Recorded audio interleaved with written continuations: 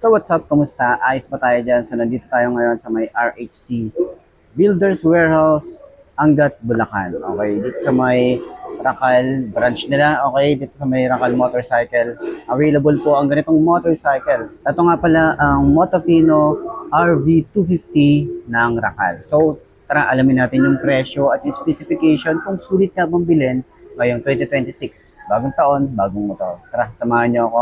Walk around na natin to. Ayos na ayos siya.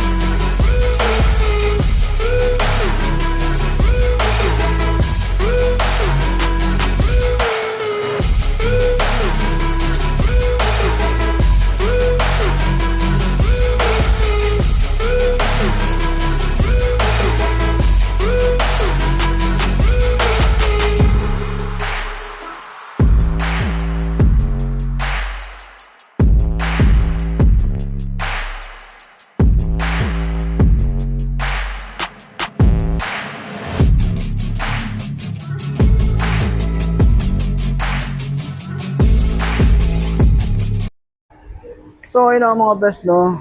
Available nga po dito ng isang unit. Okay, isang unit ng RV250 ng Motofino. Okay. So si Rakal yung nagbebenta rito sa Philippines at sila yung nag-handle ng Motofino motorcycle. Okay.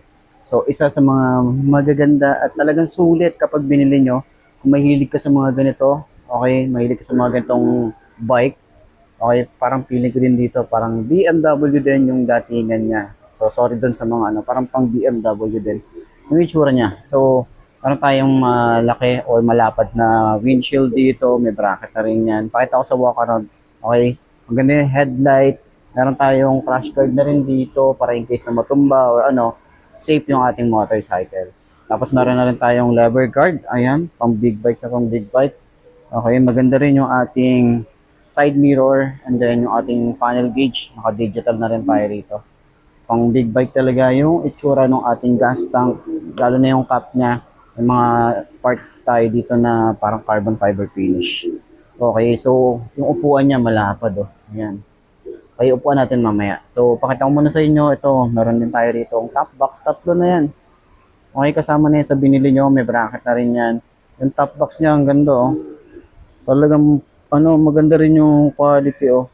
So, mas maganda siya kung makikita niyo sa personal. So, para sa akin maganda, sulit. Ito yung pinakasulit na 250cc na parang adventure bike talaga. Okay. So, upuan natin. Try natin upuan. Hindi ako sure kung pwede siyang upuan. Pero, pinupuan ko na siya. Pare, ano? Oh, okay. Kaya ko ba to? Hindi ko alam kung maitatayo ko siya, pero magaan siya, oh. Magaan siya, hindi ko lang talaga masyadong abot. Pero magaan siya. Napakagaan niya, oh. Yan, ganyan yung tsura natin. Astig, no? Ayos din pala to, eh. Nice. Ang komportable niya, wala akong masabi. Ang komportable niya, tapos masarap sa upuan. Hindi ko alam kung yung OBR ay masasaktan dito sa top box kapag may angkas tayo dito. Pero para sa rider, ang komportable niya, boy. Oh, ganyan yung tsura natin dito. Upright position, may mahaba tayong windshield, tapos maganda yung ating side mirror. Ayan. Tapos ang ganda ng itsura dito. Ang macho ng tingnan dito. So, yun lang naman, no? Check pala natin kung maganda rin yung suspension niya. Oo, maganda yung suspension. Siguro rate ko siya na 8/10.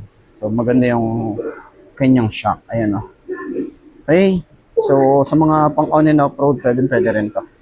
So, ayan, sa tingin nyo, sulit nga bang bumili ng ganitong motorcycle na 250cc RV ng Motofino. Okay, Motofino RV250. So, si Rakal ang distributor dito sa Philippines. So, comment nyo naman sa baba kung ano nga ba yung masasabi nyo sa motor na to. High style siya.